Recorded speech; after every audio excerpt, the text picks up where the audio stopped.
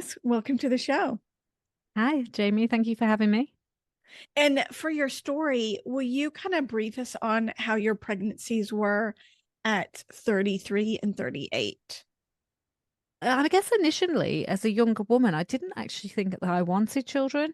And I Mm. don't know whether that's something the listeners would be able to identify with, but for a long time, it just wasn't, I wasn't one of those little girls who fantasized about babies. So I'm a spiritual writer and I kind of write about different experiences of spirit. And one of my first books was investigating all kinds of different alternative spiritualities and faiths.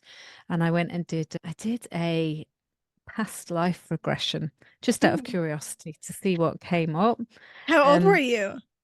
so I was Okay. late 20s, early 30s. Hmm. I was terrified actually about the past life regression. I wasn't sure what would come up. But actually, what did happen, it felt very soothing. It was very lovely. And it took me back to a life. And I say a life loosely. I don't know. It was either a life or a collective experience or something that was in a story within me that needed to come out. And it was all about how in a past life I'd been a nun and I'd worked in like an orphanage, I suppose, but it had felt really exhausting and it had been really like, oh my God, just constantly looking after people's babies. And this past life experience felt really powerful. It felt really real and kind of it validated something within me, which was that I'd always, as a younger woman, thought, I don't want children because it's just hard work. It's just hard work. I was so connected to the idea of being such hard work. And actually, that past life experience kind of made me think, okay, maybe this is coming from some other place, some either mythical place or some energy within me or within the culture around me that perhaps thinks that babies are just hard work. And for some reason, that experience cleared that for me. And it was not long after that that I did start to become quite compelled to be broody and to want to have a child. And it just shifted something completely, which was really unexpected. And so with my first pregnancy, I guess I'd kind of moved on. I'd gone from being as well a younger woman who was in a relationship with the same husband who I'm with now, but he was in bands. And so we lived this kind of party lifestyle. And I'd stopped. I was no longer interested in that. And so I was giving way to this more mature version of myself that wanted to have a family.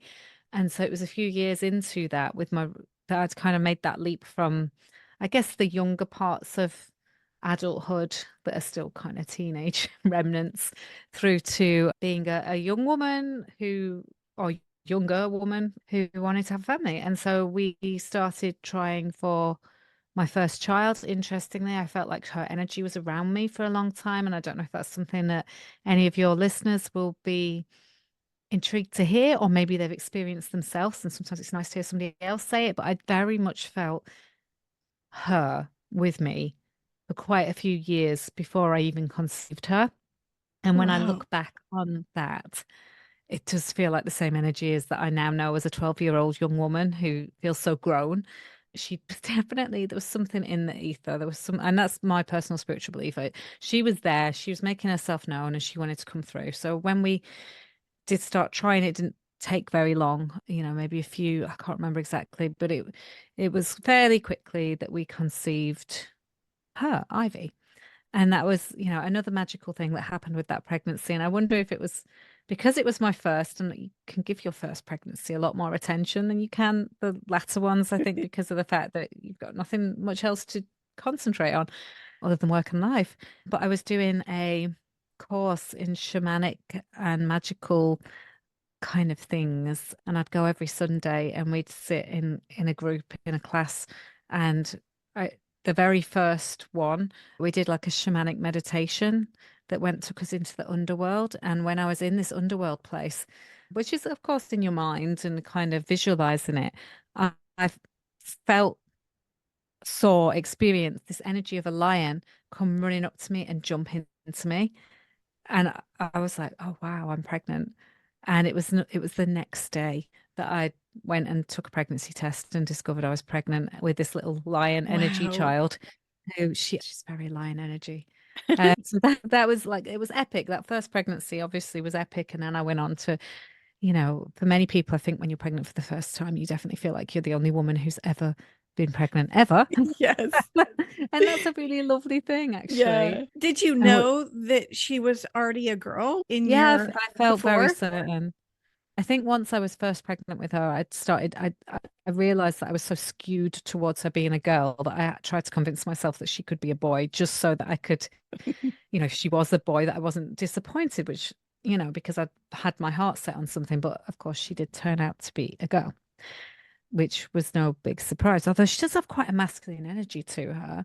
She's quite rambunctious. Bless her. But yeah, yeah. So then she came along and we kind of had first baby and just fell completely head over heels in love with her. And it was actually filmed for my whole pregnancy. So much went on around this pregnancy. It was filmed for a TV show called She's Having a Baby, which if people want to look up on YouTube, I think you can still watch it on YouTube. It was filmed for a UK, I think it was for More For is the name of the TV station. I can't remember now. It was such a long time ago, but it was called She's Having a Baby. I think it was episode 2 with myself, Alice Grist. So you could Google it. You might be able to find it. It was quite a fun little show. So that pregnancy was filmed. Oh, that's neat. Such a Yeah. cool record to have. Yes, and it's weird because when I watch that show back, I can see the difference between myself prior to having her. I feel like I'm very pent up, and I'm very conscious of how I'm appearing and how I'm coming across. And until that baby's in my arms, and then it's like all that falls away. And I can see it for myself. And I know for myself as well that having a baby, particularly that first one, it shifted me from being more self-conscious, more hyper-aware, more trying to fit in, more trying to be a certain version of myself, to then having her. And then suddenly I just felt so much closer to who I really was. And that has spiraled further and further with as she's aged and as obviously the other two have come along. I feel like motherhood is a really interesting place where you can become more yourself Mhm. than perhaps before. And I think a lot of women feel lost in motherhood, and I have lots of thoughts about that as well, actually. But yeah, I think it's a place where you can definitely find yourself. But back to the original question. So then I had my second daughter. So she, we weren't sure. I thought for a long time we would just have the one, but then I don't know. I again felt that little niggling, that little calling. There's somebody else wants to come through. There's another baby here. So I guess we stopped taking precautions and we just waited to see. And again, not much later after that, I fell pregnant with Clover. So my second daughter. Again, a very different experience because obviously at Ivy, I was already looking after and she was still very young, so she wasn't at school or anything like that. And there was that feeling of, and I think again, a lot of mothers will feel this, is you have your one child and you've been so close and so tight with them for such a long time. And then you have this other one coming along, and so there's all the queries and questions of what if I don't love them the same, or what if it interrupts the relationship I already have with this pre-existing child, or what if it, not ruins everything, but you have these Yeah. kind of anxious thoughts. But interestingly, it was a really tough pregnancy, and actually the very first scan that I went for, they kind of did the scan, and then they took me and my husband, and they put us in the grief room, Oh which you're in the no. grief room when you're put in the grief room because it's just there's, nice quotes on the wall, but they're kind of grief related and sadness Uh-huh. related. And you're like, why am I in this room? And the man came back and told us that there was potentially things wrong with the baby and that she may have this, it was some form of cyst that when I went away and Googled it, which of course you can't help yourself but do, it would have meant that the pregnancy was, basically would end before 20 weeks naturally, some really horrible, scary, upsetting things. And so then we had to have a series of tests after that. And thank God she was okay. And they scanned her throughout the pregnancy. And it turned out she did have a duplex kidney, which is something she still has. I guess she will always have. It's like a little issue with the kidney where the kidney is almost like replicated, and there can be issues with the tubes coming off, and they can get Oh. infected and all kinds and get lots of UTIs. So far in her life, it hasn't affected her. So I think she Wow. has a mild version. but yeah, so it was quite a scary pregnancy actually, with all the scans and the tests and then not knowing what was going on. And I was carrying extra water, so I felt absolutely huge. But I did have a really wonderful birth with her. In that, with my first, I'd really wanted, the kind of as physiological and as natural as I could get the birth to be. And with Ivy, that was not what happened. I was induced, and it got really stressful. It went on for about a week in Oh. terms of back and forth from the hospital with different attempts of things, and it just wasn't the joyful, magical thing that I wanted it to be. But at least with Clover, I did go into labor spontaneously and ended up having her in, 5 hours. And it was really precious and wonderful. And, I just had a bit of gas in there. Whereas with Ivy, I ended up having, what's it called? Epidural. Hmm. Yeah. But whereas with Clover, it was, apart from that bit of gas in there, was more or less, the natural birth that I'd been hankering after that I really, really wanted. Hmm. So yeah, that was great. And, again, fell in love with her and continued to have tests when she was a little baby, that was challenging. Yeah. But, you do what you need to do. And then that was it. I had two babies, and that was all I was going to have. I had no intention to have any more babies. Every so often we think about it, and then kind of like, oh, probably too old now, or probably, yeah, let's not, don't mess with a good thing, all of those kind of things. And also then, Ivy was 11, Chloe was 8, and you're moving on with your life, and you're not even thinking of having babies actually at the point that I fell pregnant with my little boy.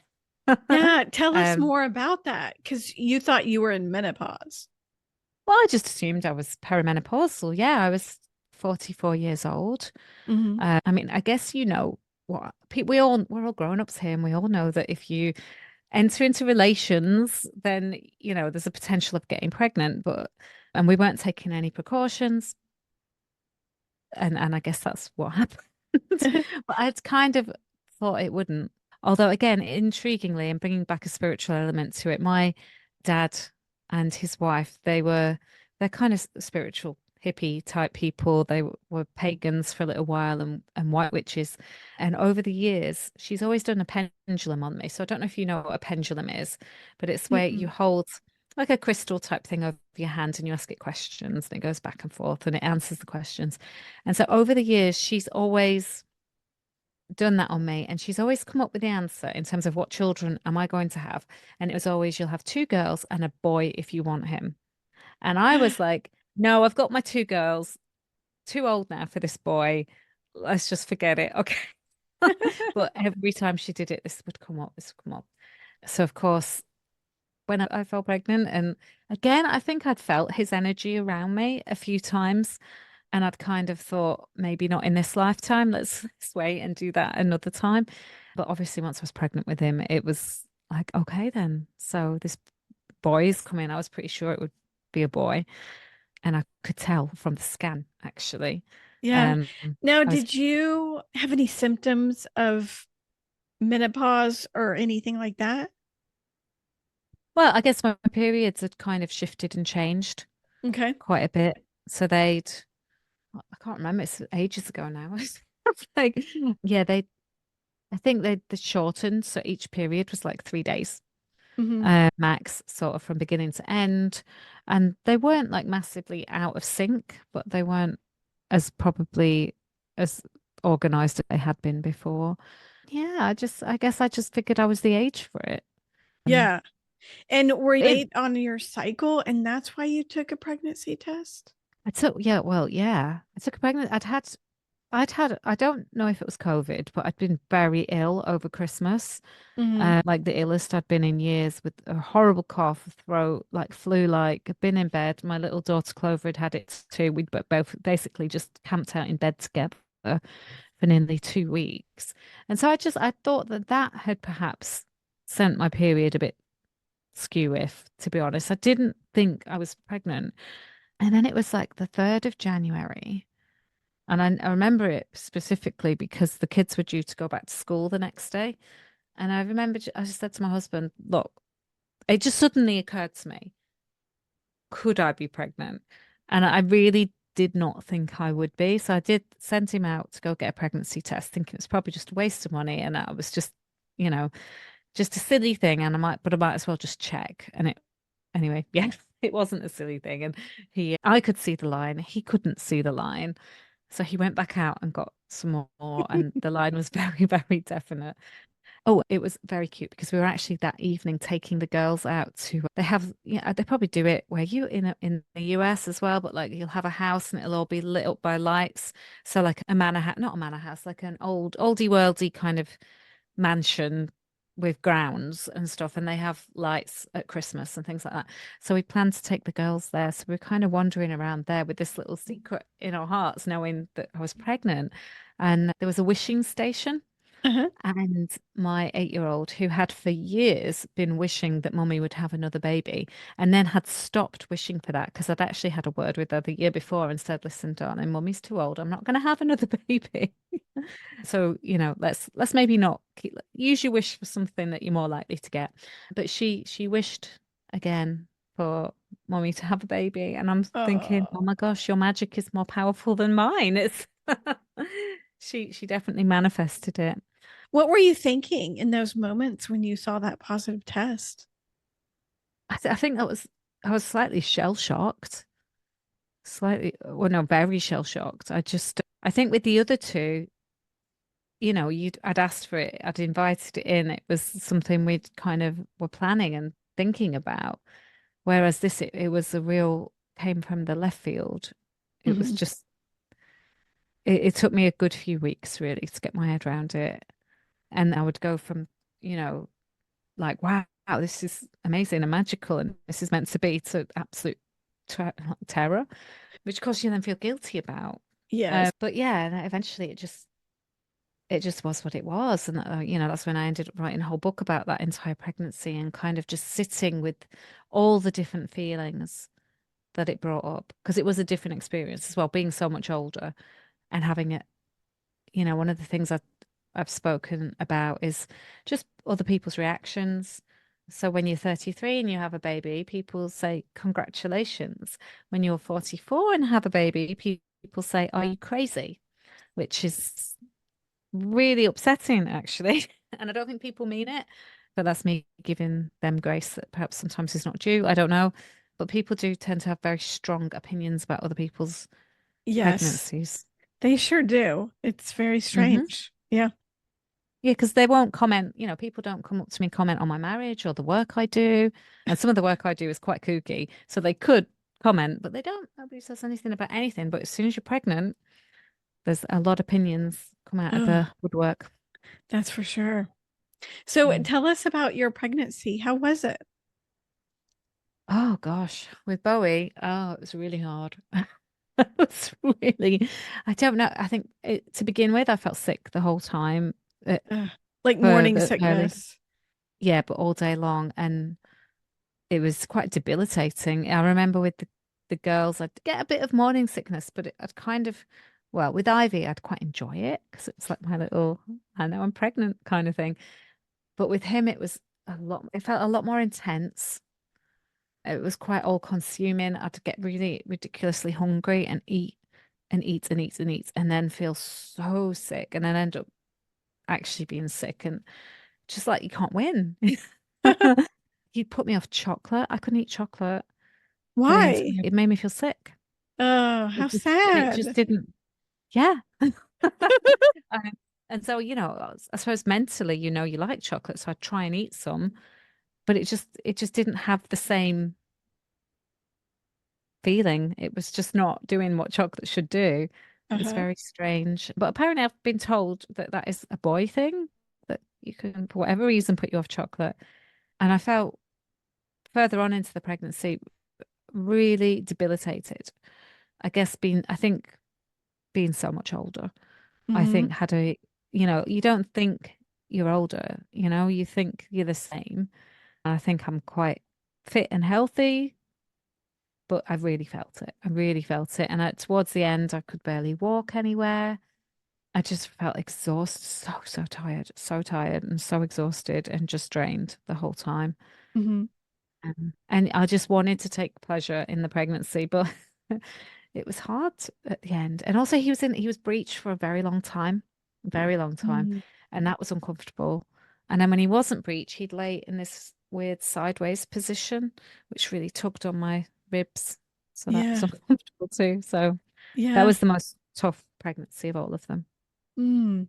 So what about your doctor? Since your pregnancies were kind of spread out, did you use the same doctor as you did with your girls? No, we'd moved house. So, I mean, obviously in the UK, we have the NHS system. So we have, we all have doctors' surgeries. And when you're pregnant, you go to the doctor and then they put you under a midwife or a midwife center. Mhm, So back then, I would have been at a different midwife center than have been with this more recent pregnancy. mhm, But then you see the same midwife throughout the pregnancy for just general generic checkups and things like that. mhm. I think they probably did a few more tests on me with me being older, and there were a few kind of red flags thrown up, particularly at the beginning of the pregnancy, What which were so they do various different tests, and one of them was coming up as the baby having a 1 in 18 chance of Down syndrome, as well as other things, which 1 in 18 is really quite high. yeah. And when that all came out in the wash, I think that was literally based on my age. Because when I'd had the blood tests and things like that, the midwife was really surprised and she said to me, "Well, none of your blood markers or anything came back in any way that would indicate Down syndrome or any other issue." So it was literally my age. So that somehow got configurated to being a 1 Wow. in 18 chance, which is it's fine. I understand that there's a truth in there somewhere, but I also understand that it gave me a few sleepless nights and quite a lot Yeah. of stress. Yeah. Yeah. Did she mention anything else about your age? No, they try to say that they don't talk about age and that they don't make a big thing about it. And obviously there's lots of women now in their 40s having children. But I do think it's an undercurrent.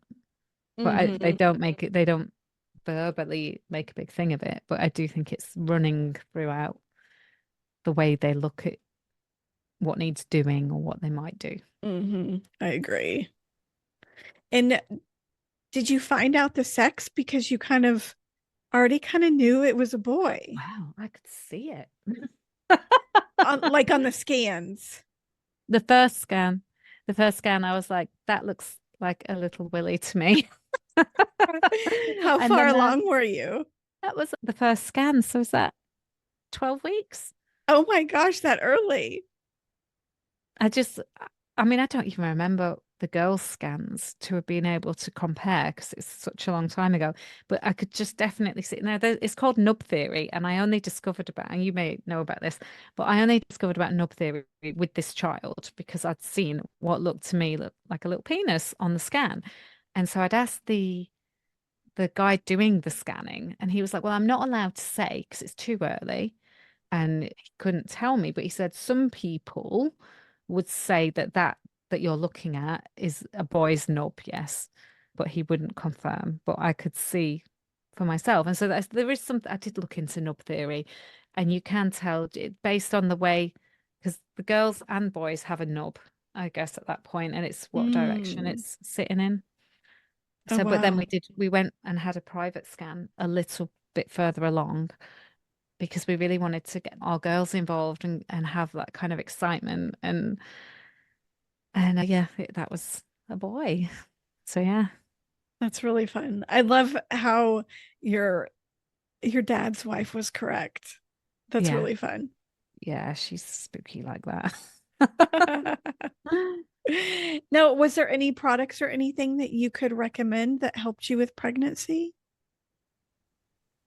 Products. Oh my gosh, I guess towards the end, having a ball to bounce on was quite nice. Hmm. Oh, it's not really a product, but actually, when the baby was breech for quite a long time, I went to my friend who was an acupuncturist and we got moxa sticks that I had to burn in a certain position on my foot, which I think helped him turn. Oh, And neat. I think acupuncture actually got me pregnant. And Really? yeah, which was not purposeful. I didn't go. I went before I was pregnant. I went to my friend who's an acupuncturist for a session just for my general energies. And the effect of that was that my energies did feel heightened and my libido was heightened in a way it perhaps been a bit flat for a while. So I do think that acupuncture is an interesting thing. I'm going to steer clear from for a little while of those places. But yeah, I definitely think that that had a serious effect without that being my intention. Yeah. In terms of other products, no, I'm not, I can't think of anything in particular. I've never really used anything, I don't think, particularly. Okay. And did you have any cravings? What was your diet like? How were you able to exercise very much? Not so much, no, not with Bo. My exercise went out the window. I felt like I did it with the other two, I did continue exercising, but with him, I just felt just really like I could barely even walk. And I kept thinking throughout the pregnancy, once this sickness is gone, I'm going to do a bit of exercise.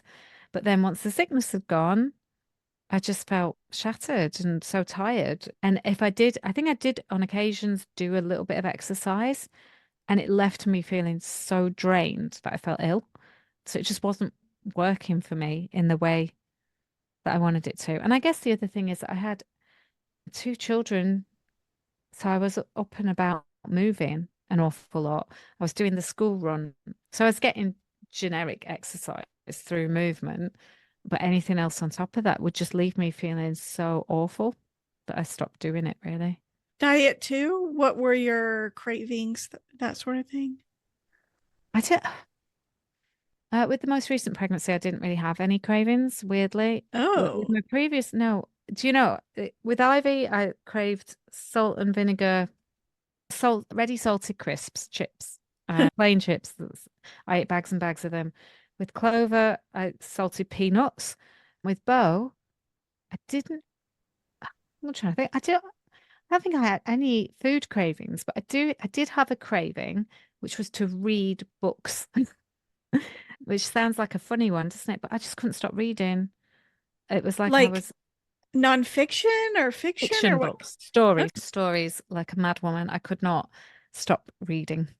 It was, but yeah, I don't think I had any. I was kind of off food. Food was a weird thing in that pregnancy. It wasn't really particularly a pleasure in any Hmm. respect. So, no. It's interesting how that works.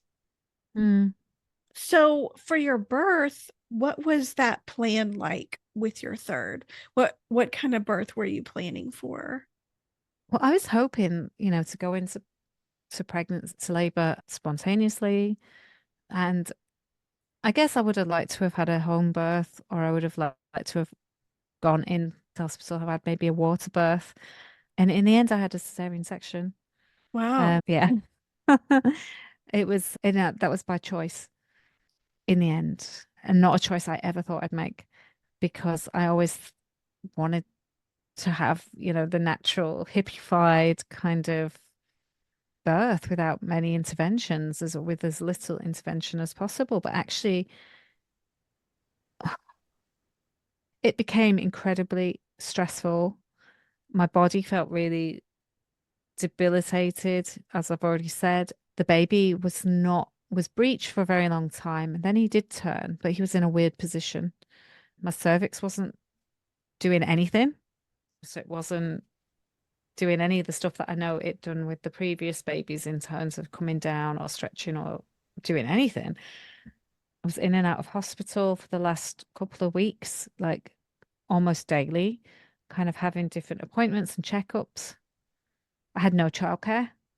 This is one of the things with having a child at an older age is this.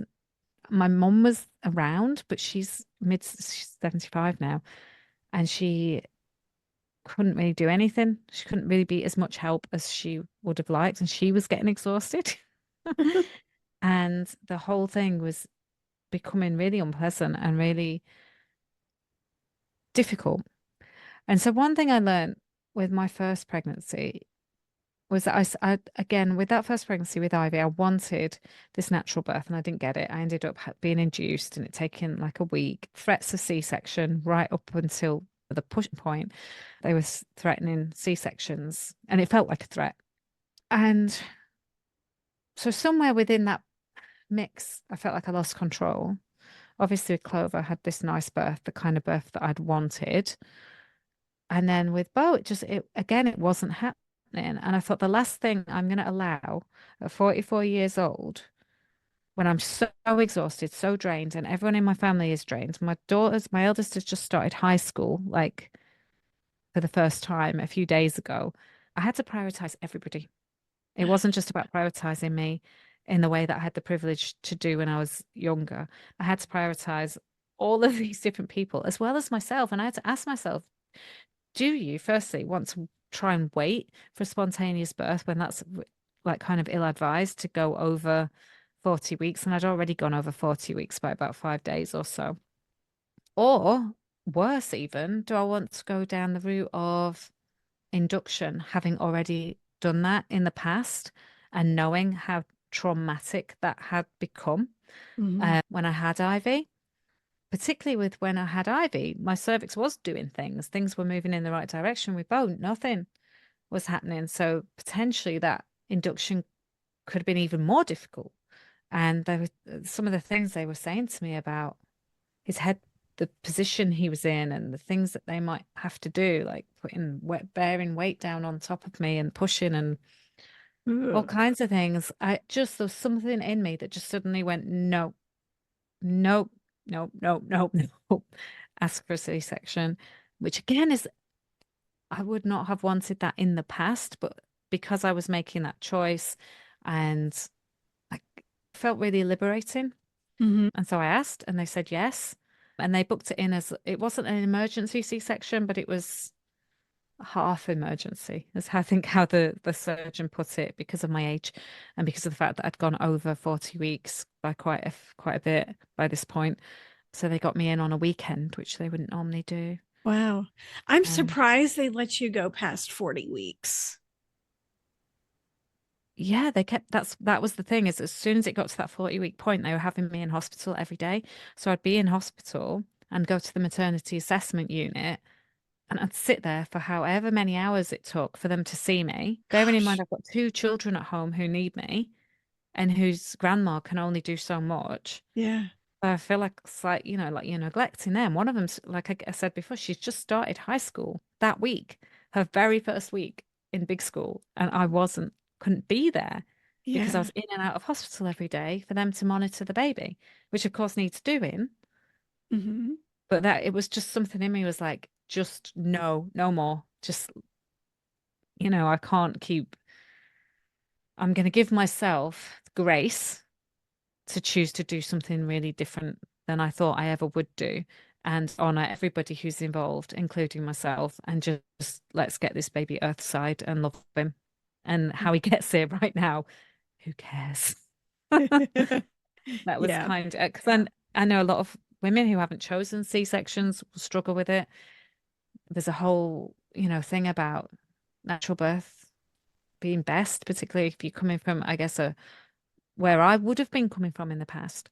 But actually, I just having now had three children, it's really birth is just a moment and one that is actually hugely beyond us, whether we give birth vaginally or via a C-section. It's all kind of surrender to a higher power. Hmm. What matters is that you love them when they're here. Yeah. So walk us through the C-section. You came in on a weekend. Yeah, they had me in on a Sunday, so I had to be up at like 5 a.m. and get to the hospital. And they had me in scrubs and special silly tights, compression tights, and it could have happened then and there, but I basically sat there all day with my husband, and I think we eventually went in at like 5 o'clock. Oh my Just gosh. the thing with it being the weekend was we were priorities, but only second to anybody who came in as an actual emergency. So I wasn't actually in labor. There was nothing, nothing stopped me from sitting there all day. So if somebody came in who desperately needed it for physical reasons, then they came first. So I think a few of those did come in, which is why we then just sat there till 5 o'clock. But which at the time felt really, it was not pleasant, but Yeah. perhaps easier than being in labor. Its own little weird little labor. I mean, we were in a nice room to begin with, and then they chucked us out of the nice room and put us into a waiting room that was probably about as big as this space I'm sat in now, with another couple practically sat on top of each other, and she was waiting for hers and I was waiting for mine, and it was unpleasant. But Like, were you in scrubs sitting in there or your regular clothes? in scrubs, naked under our scrubs, she was sat there with her partner, I was sat with mine. It was a Wow. really hot, we were having a heat wave, and there was no windows in this room. It was just a box room. They went and got us a fan, but it was, yeah. Wow. But then she went in. So then we knew once she'd gone in that I'd be next as long as nobody else came along. So of course I was. I was next. And it was really super intense, actually. It was insanely intense. Obviously, I've had the two other kinds of birth, which were more natural, kind of vaginal births. This was somewhat else, kind of go into a room, and my husband had to stay outside of the room to begin with. So the room, the room looked like when you see on TV shows, like the old-fashioned kind of surgical rooms with bare bricks on the wall, and it was just big. It almost looked like a kind of room where people get murdered in on like scary Gosh. shows. It was a strange old room, considering the hospital's quite new. It must have been an old room. It was a bizarre room, but big and echoey and huge, and loads of people in there, like loads of people. There must have been 10 different people. So anaesthetists and nurses and a surgeon and then other people. And it just, I think when you go into labor naturally, you're with your own body. Whereas going in for that, other people are doing things to your body. And I think either way, there's a real sense of having to trust and having to hand over to either nature or, in this instance, people with needles. A true And surrender. yeah, I think that felt like the biggest surrender Yeah. because with labor, particularly with labor with Clover, so when it was spontaneous labor, it does start off kind of okay, like, oh, I'm having a contraction. I'm going to eat some pizza and this is great. And it builds, it builds and Mhm. builds. And then it becomes so all consuming and so intense. Whereas with a C-section, they're telling you what's going on and you're kind of terrified and you don't know these people and yeah, and then they're putting needles into you and it's doing things to your body almost immediately. And but it's also beyond you. It was really it was kind of scary. I was really scared, actually, if I'm going to be honest. But I remembered thinking back to my first birth, all the work I did, a lot of hypnobirthing stuff. So I kind of went back to that. And obviously through the years, but I'm a spiritual teacher. I teach women all kinds of spiritual stuff and intuition and breathing and connecting to the body. So I just had to bring myself back to all of that and just really breathe my way through it and again just kind of sit with the weird symptoms that which some of it is feeling like you're really shaking and the anaesthetism comes right up. You feel it in my throat. I didn't like that. I could feel my Ooh. throat and my voice sounded different and like I couldn't quite talk and shaky. And yeah, and then knowing as well, you've got the screen in front of you, but like, you're naked, completely naked with all those people in that room, but you have Uh-huh. no sense of that, no feeling in that part of yourself. Is really weird, actually. And I remember one of the guys holding my hands, and I don't know whether he was holding my hand to be nice or whether he was holding my hand to just like monitor something, but I was just really grateful that he was holding my hand. Yeah, and then at some point my husband came in, and that's when they then went to work, which is a strange feeling because you can feel stuff, but you don't know what it is you're feeling. And then there was a lot of tugging. It felt like someone was pulling my ribs out. Ooh. Mm. but it wasn't painful, but just like tugging on my ribs. And then I guess it was a minute or so later that when you hear the cry and then they lift him up and I'm trying to touch him and yeah, and it was just like it was me and my husband just both burst into tears. It was the most beautiful birth.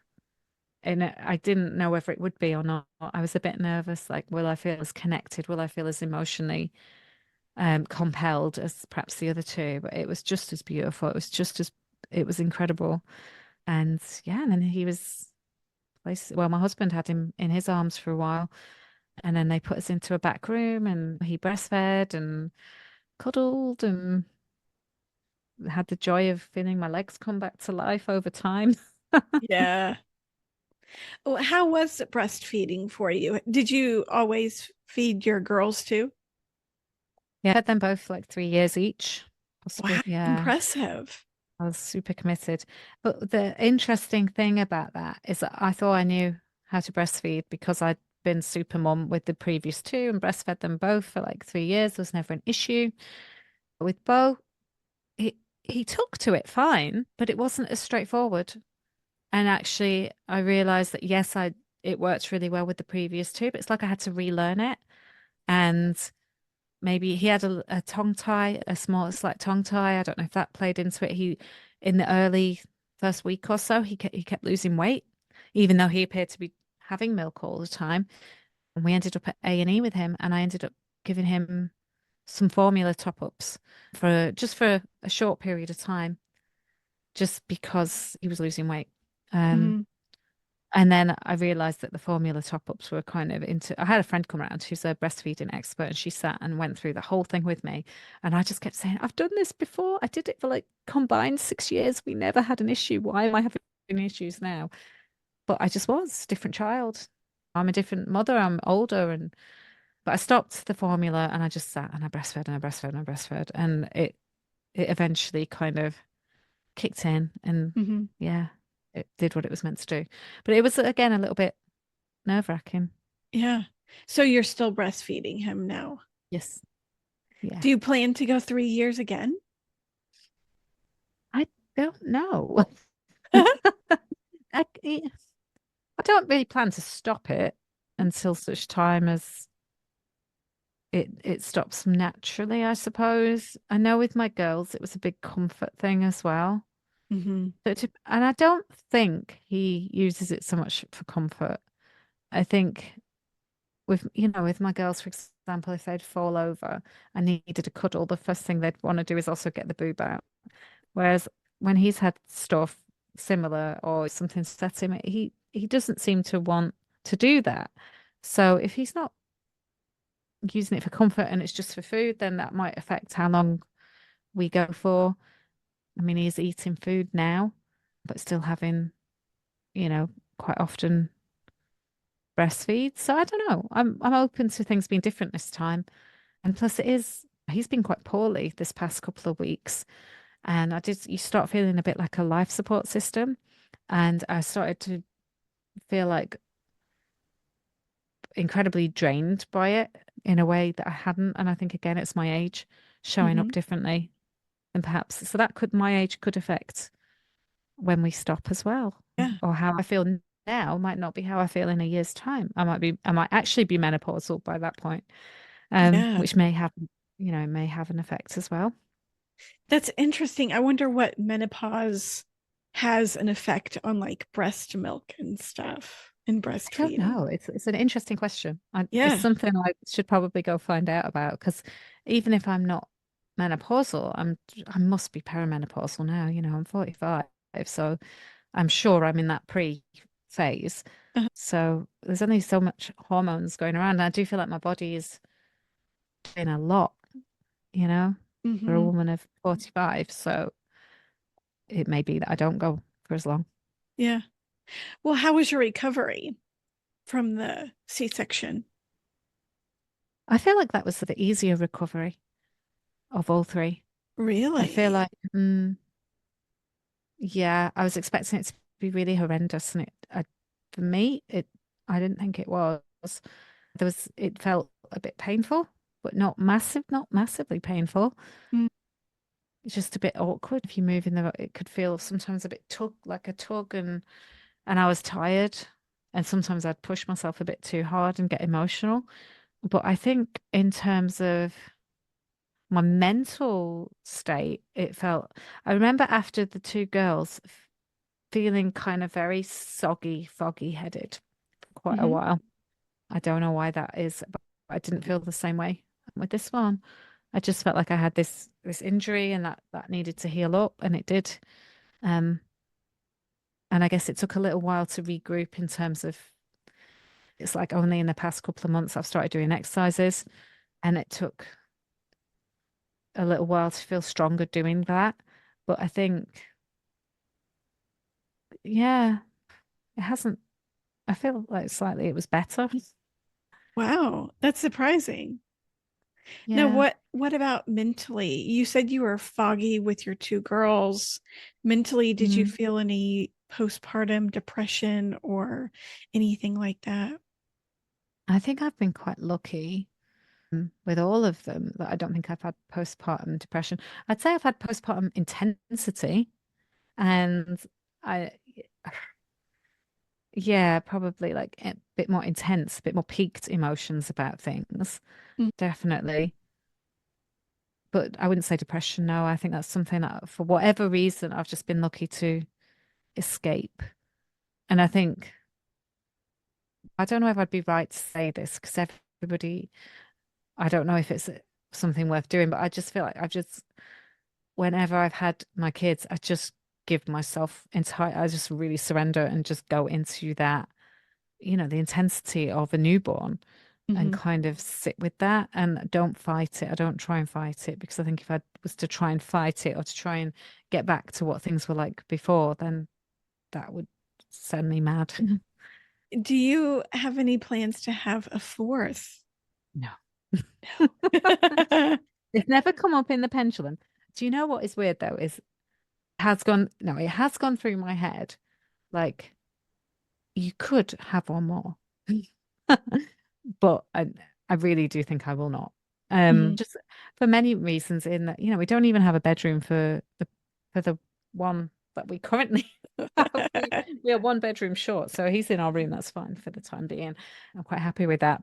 But yeah, it would just be, and also the how could I feel like I'd be diluting my energies far too much for the children who now already exists. Like, because I've got the two older ones, they do look after themselves a little bit, but then I'd be diluting my attention for him, and he really needs me. And I am older. I don't know that I would have it in me, actually.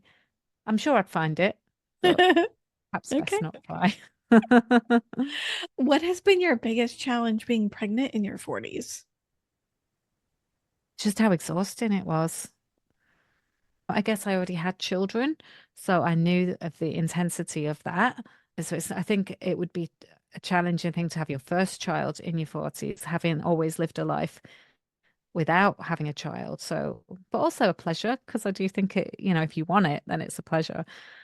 But yeah, and again, the difficulties of people, they upset me quite a few times in early pregnancy when you tell people you're pregnant and they're the same sort of age as you, and perhaps their children are grown even, Hmm. and you get these kind of negative comments that it just feels really intrusive.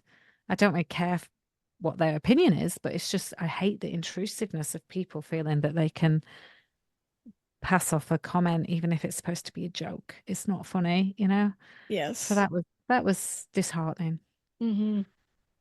Is there anything you'd recommend that would help prepare someone for pregnancy and birth over 40?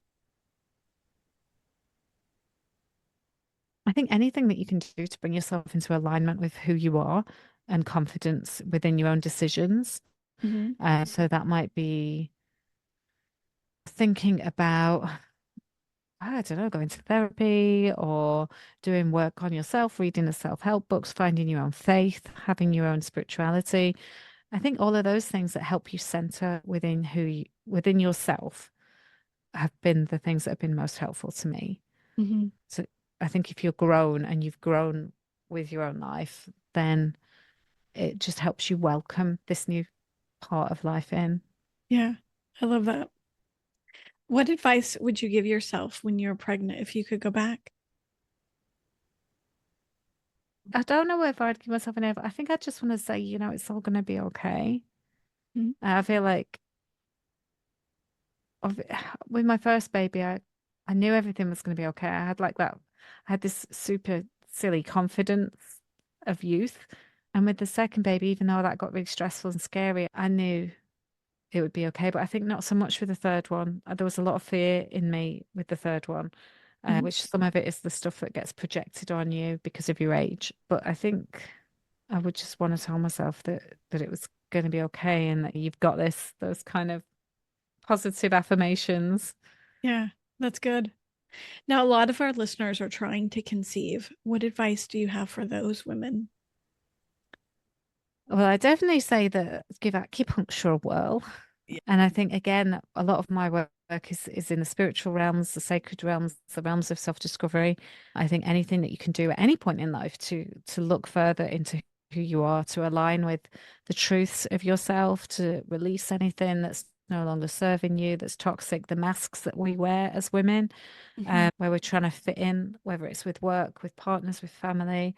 I think all of those things really dilute us and spread us too thin and put us in different directions. And actually, just coming back to a whole idea of who you are is going to be beneficial. Not necessarily, I mean, maybe to conceiving. I don't know. I'm not a doctor, but I just think anything that brings you into a full alignment with yourself has got to be a powerhouse in terms of helping you approach that pathway to trying to conceive as well. Mhm. That's perfect. Now, you mentioned you wrote a book during your third pregnancy. What I did. inspired that? Tell us more. I wrote this book. It was called Soulful Pregnancy, and it's Mhm. a week by week journey through pregnancy. So within that, you get a little bit of reflection of where I was at with each week, but also a general theme. So there'd be themes about like connecting to the wisdom of your ancestors, or other people's, how to deal with other people's opinions, or how to be physically within your body. So what I wanted to provide for people and for myself really was a kind of touchstone to something that's looking at pregnancy as a place where a woman can grow and become more herself in preparation of becoming a mother, Mhm. or becoming a mother again. Because I think I felt I really needed that. I really needed to go back to basics and really think, okay, so pregnancy is almost like a this unique vision quest, this magical space out of time where your body's doing this most incredible thing. And it can be disconcerting and scary and miraculous and wonderful at the same time.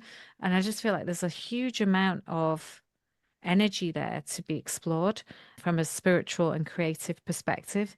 And that will help the pregnant person to really get to know herself and to get to know where her intuition is and what her intuition feels like and sounds like, and how she's going to then take that forward into the next big adventure, which is being a mother to this particular child.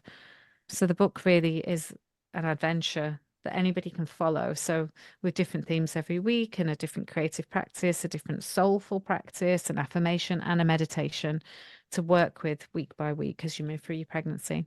So a Mhm. little bit different from the normal pregnancy books, which might be more like physically based, as in what's Yeah. going on with your body and how big is your baby? Is it a cabbage or is it an avocado? Yeah. Something a little bit different from that, that's a bit more internal and sacred, really. Yeah. That's what I really appreciated about it. I do love that it's by week, but I think I also started off with 8 weeks, and it asked you about your high school self. And I was like, oh, wow, I have so much to tell her. It really kind of puts you to that deeper level. I really liked that. Yeah, I think it's a pregnancy is a bit of an initiation. And I think as women, as a culture, we've lost those initiations that perhaps we would have had in the past. Mhm. And if you have 40 weeks, that is a set space in time where you're doing this incredible thing within you, then why not also absorb that through your own understandings and come out maybe a little bit different, a little bit changed, a little bit more ready, Mhm. hopefully. Yeah, I love that. Where can our listeners find your book at?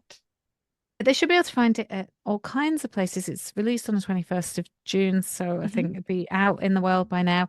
So in the US, it's distributed by Red Wheel Advisor. You can get it from Amazon, get it from any bookstore. Should be able to order it in or get hold of a copy in most places. And Perfect. it's published by Womancraft Publishing. They also send them out. Awesome. Would you like to share your Instagram account and social media stuff? Yes, it's Alice Grist. I can't help but notice that my name down the bottom of this says Alpha Males. Does. That's my daughter's again. So I don't know if I can change that, but it's Alice Grist. So it's ALICEGRIST, not Alpha Males. Yeah, that's where you'll find me over on Instagram. Perfect. Well, Alice, thank you so much for sharing your story with us. Oh, thank you for having me.